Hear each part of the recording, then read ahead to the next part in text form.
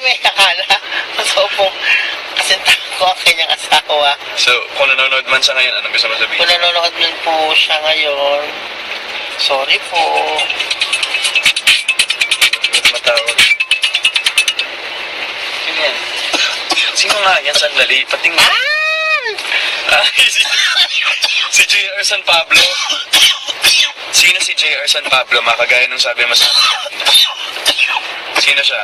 Ano mo siya? Anong parte ni J.R. San Pablo sa buhay ni Tenten? Kumpare ko po. Na marunong mag? Noon ma. Marunong mag? Kumpare mong marunong mag? Wala, kumpare ko po. Taga San Pablo. Marunong mag-massage? Hindi. Sabi mo kanina, nagmamassage yan eh. Hindi, oh. Gusto na share ko po kahapon kasi sa Ay, set. tika mo. Alin? Yung mga bisit dyan, Diyos ko, baka minum... Gagawin mo na tayo sa mga comment. Hindi naman ito, walang kwento. Hindi.